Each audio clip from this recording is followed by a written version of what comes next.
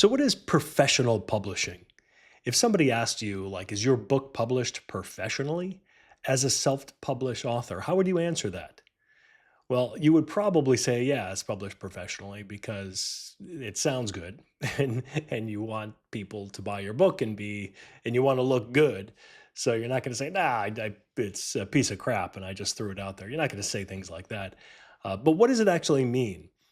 Hello, my name is Bo Bennett. I have a PhD in social psychology and an undergrad in marketing.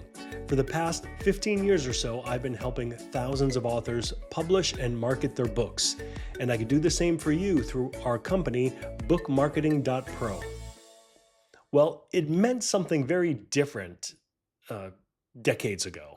And I do want to go back at least 2 decades because things have changed over the last 2 decades.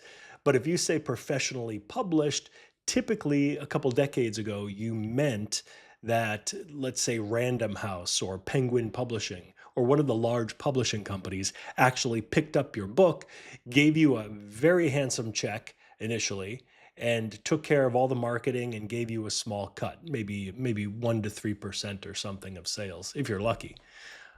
And that would be professional publishing back then. But things have certainly changed.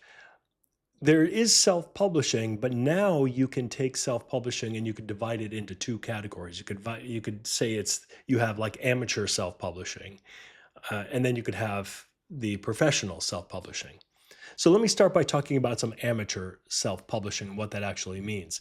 There are many different sites out there that where you could just load your book up for free. And I'm not talking about like Amazon or Barnes and Noble, like the credible bookstores. I'm talking about like just sites that do distribution to like all these sites in China and Taiwan and all around the world, just because they want to show big numbers. And your book will be distributed in 300 different sites or whatever.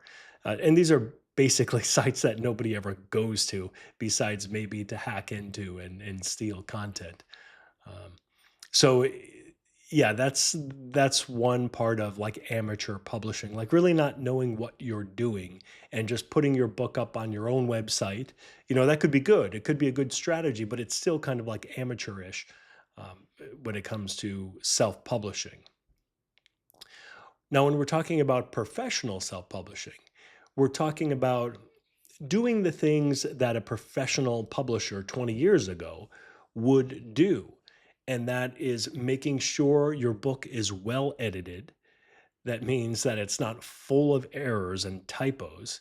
And it's so easy nowadays with AI and with services like Grammarly that could go through and check your content.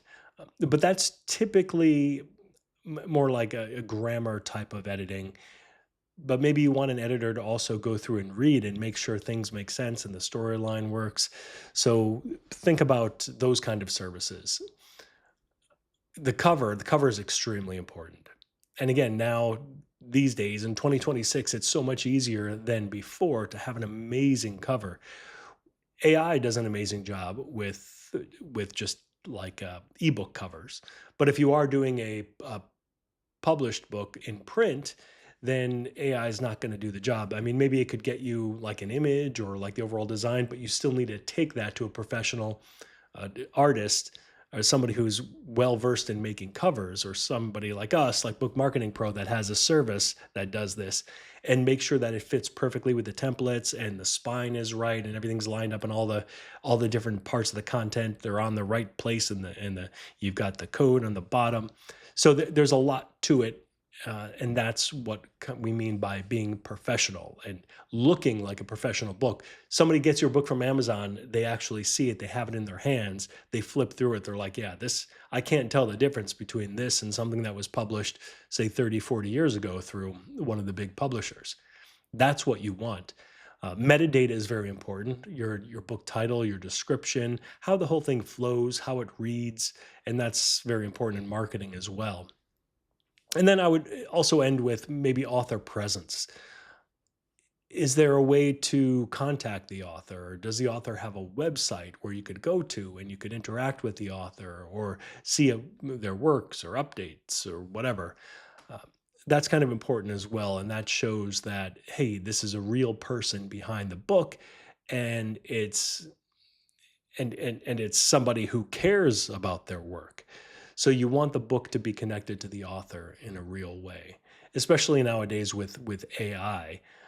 I mean, I happen to really like AI for nonfiction, but I also think that there are many people who are starting to appreciate even more the human element of writing a book and the human author aspect of it. So if you are a human and you did write your book, then you should advertise that fact and be proud of it, and plaster your picture in the front of your book and say, hey, this is me. I wrote the book. Here's my background. And this is why you should listen to the things I say in the book. And here's is my website. So I think that really establishes a good professional presence for the author. So those are some things to think about between like being an amateur publisher and a professional self-publisher. And in terms of the old school professional publishing, well, yes, that still exists, but it's becoming a smaller and smaller part of the actual publishing industry. So instead of us self-publishers being the minority, being the people that, oh, you self-published your book, that's cute, good for you, good job. Now, many big authors as well are self-publishing because, hey, we want 50% of the revenues instead of 1%. It makes a big difference, and it's worth it.